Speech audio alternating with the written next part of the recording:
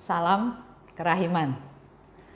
Hari ini tanggal 11 Mei kita akan merenungkan bersama-sama dari 320 dan juga 382. Kita sudah siap, kita mulai. Demi nama Bapa dan Putra dan Roh Kudus. Amin. Oh Allah yang Maha Rahim, kebaikan yang tak terbatas, hari ini seluruh umat manusia berseru dari jurang kepapaannya kepada kerahiman-Mu, kepada belas kasih-Mu. Oh Allah, mereka berseru dengan suara kepapaan yang memilukan. Ya Allah yang murah hati, janganlah menolak doa kaum buangan di bumi ini. Oh Tuhan, oh kebaikan yang melampaui pengertian kami, Engkau sungguh-sungguh mengenal kepapaan kami, dan Engkau mengetahui bahwa dengan kekuatan kami sendiri, kami tidak mampu menghadap Engkau. Maka kami mohon kepadamu, limpahilah kami dengan rahmat-Mu, dan tingkatkanlah selalu kerahiman-Mu dalam diri kami, supaya kami setia melaksanakan kehendak kudus-Mu sepanjang hidup kami, dan pada saat kematian kami. Biarlah kerahiman-Mu yang maha kuasa melindungi kami dari serangan musuh-musuh keselamatan kami, sehingga kami sebagai anak-anak-Mu dengan penuh pengharapan menantikan kedatangan-Mu yang terakhir, hari yang hanya Engkau yang tahu. Kami berharap akan menikmati segala sesuatu yang dijanjikan Yesus kepada kami, meskipun kami ini penuh dengan kejahatan. Sebab Yesuslah harapan kami. Lewat hatinya yang maha rahim, ibarat lewat gerbang yang terbuka lebar, kami masuk ke dalam surga. Demi nama Bapa dan Putra dan Roh Kudus. Amin. Kita lihat dulu teksnya 320. Yesus memberitahukan kepadaku betapa doa-doa penyilihan sangat berkenan di hatinya. Ia berkata kepadaku, doa yang dipanjatkan oleh jiwa yang rendah hati dan penuh kasih meredakan murka Bapa-Ku dan menurunkan hujan berkat. Sesudah adorasi, di tengah jalan kembali ke kamarku, aku dikerumuni oleh sekelompok anjing hitam yang besar, yang melompat-lompat, menyalak, dan berusaha mencabik-cabik aku. Aku menyadari bahwa mereka bukan anjing, tetapi setan-setan.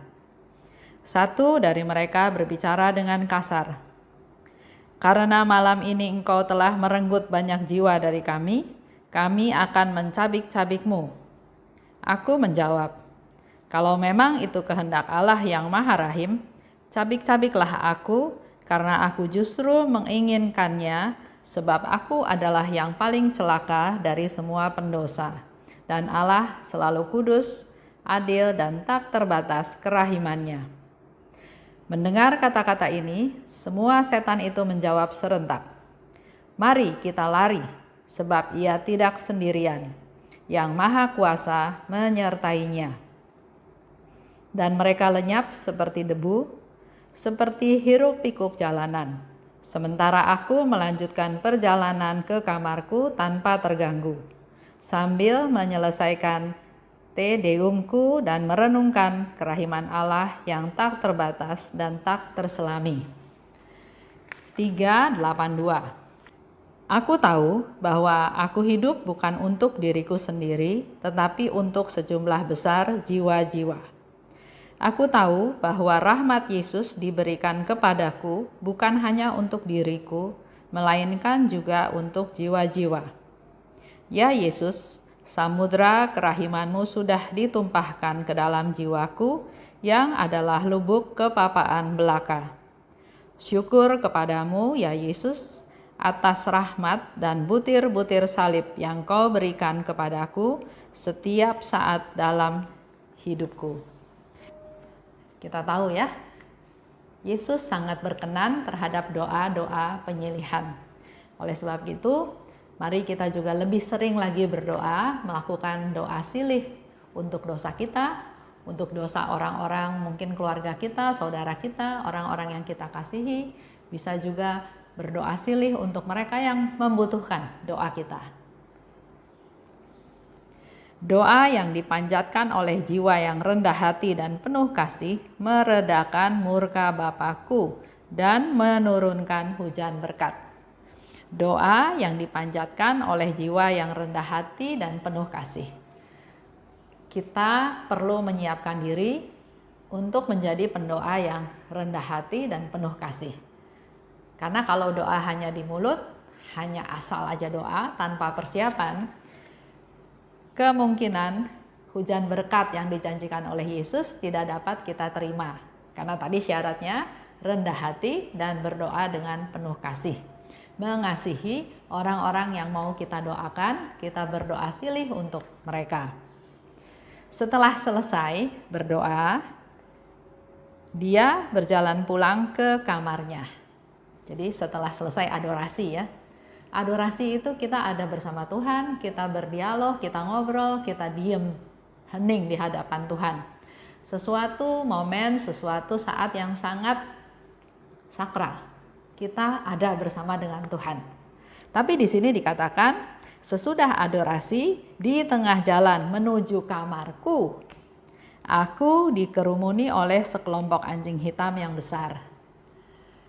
Satu pemberitahuan juga bahwa bahaya itu selalu mengancam.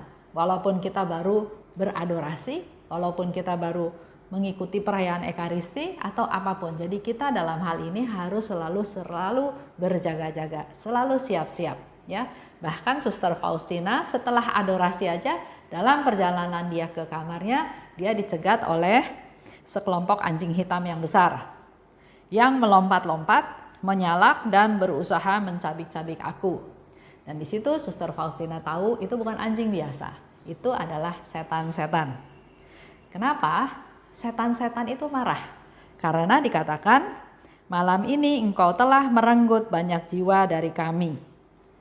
Dengan kita berdoa, dengan kita menjadi doa silih untuk orang-orang yang membutuhkan doa kita, itu juga diberikan satu konfirmasi bahwa jiwa-jiwa itu kita menangkan kembali, kita tarik kembali dari kuasa-kuasa si jahat.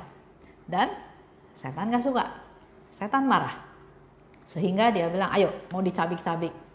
Nah, reaksinya Faustina bukan ketakutan, bukan marah, bukan melakukan hal yang lain, tapi dia bilang, cabik-cabik aja kalau memang ini sesuai dengan kehendak Tuhan.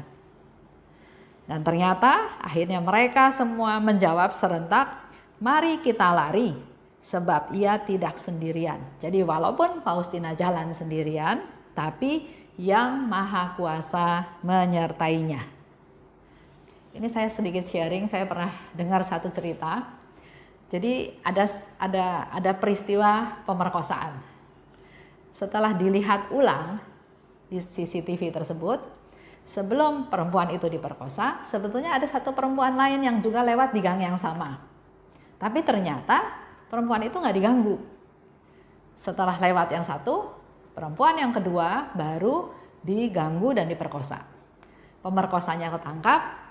Jadi ditanya, diinterogasi oleh polisi, kenapa perempuan yang pertama tidak kamu perkosa tapi kamu pilih yang kedua?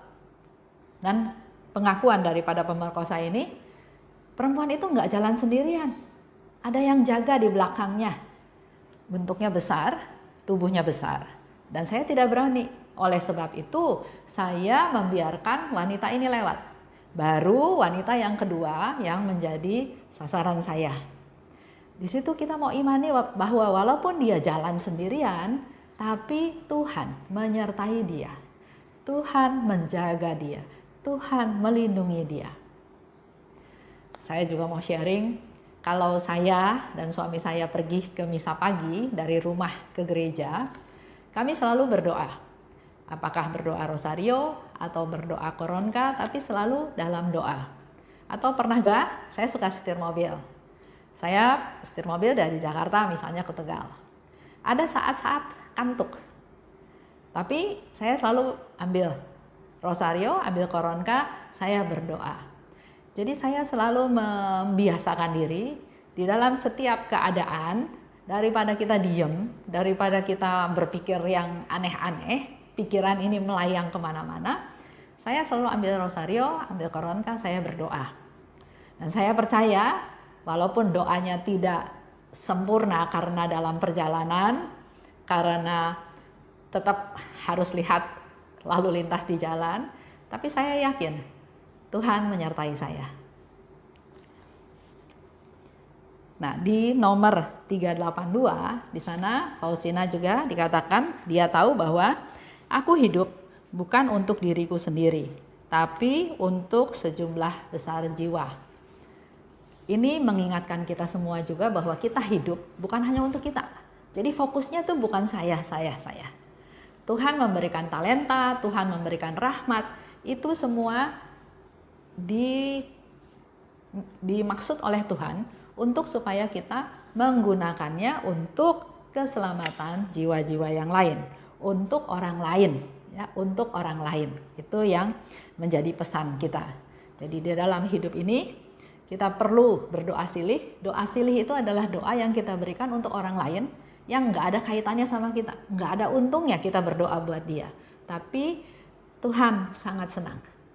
Dan doa itu dilakukan oleh orang yang rendah hati dan penuh kasih, maka limpahan rahmat akan Tuhan berikan. Dan dimanapun kita berada, Suster Faustina juga kasih contoh, setelah adorasi tetap masih diganggu sama setan, karena dia tidak suka kita berbuat baik. Mari kita sama-sama merefleksikan apa yang kita bahas hari ini, untuk menjadi satu masukan, satu pegangan untuk hidup kita selanjutnya. Kita doa, demi nama Bapa dan Putra dan Roh Kudus. Amin. Allah Bapa yang Maha Baik, terima kasih atas contoh yang sudah Suster Faustina berikan kepada kami, di mana kami harus selalu berjaga-jaga, kami harus selalu waspada karena si jahat selalu tidak senang dengan apa yang kami lakukan. Urapi kami Tuhan, berkati kami, agar malaikat-malaikat pelindung kami selalu menjaga kami, agar kami selalu ada di dalam jalan-Mu, ada dalam pemeliharaanmu. Dan kami juga diingatkan Tuhan bahwa hidup kami bukan hanya untuk kami sendiri, tapi untuk keselamatan orang lain, untuk keselamatan jiwa-jiwa yang lain. Berilah kami rahmat-Mu Tuhan, agar kami juga punya keinginan untuk mau berdoa silih untuk orang-orang yang membutuhkan doa kami. Terima kasih Bapa, dalam nama Yesus saya berdoa dan bersyukur. Amin. Demi nama Bapa dan Putra dan Roh Kudus. Amin. Salam kerahiman.